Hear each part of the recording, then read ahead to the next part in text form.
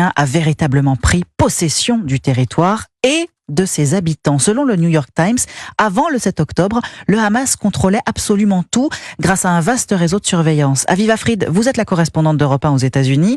Le quotidien américain a consulté 7 dossiers des services de renseignement du Hamas et il dépeigne le chef du groupe terroriste, Yahya Sinwar, en Big Brother, faisant taire souvent violemment toute voix discordante. Oui, selon le New York Times, Yahya Sinwar avait à sa disposition directe une police secrète. Son rôle, surveiller tous les Gazaouis et compiler des dossiers sur quiconque montrerait le moindre désaccord avec le Hamas. Bien au-delà de la politique, puisque la police secrète suivait les citoyens pour savoir s'ils avaient par exemple des relations extra-conjugales.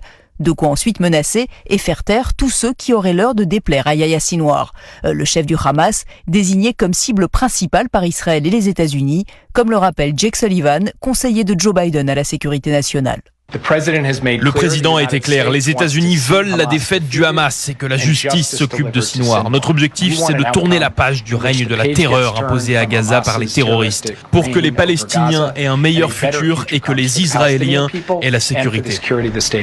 Au total, l'unité spéciale dépensait $120 000 par mois pour faire régner la terreur à Gaza.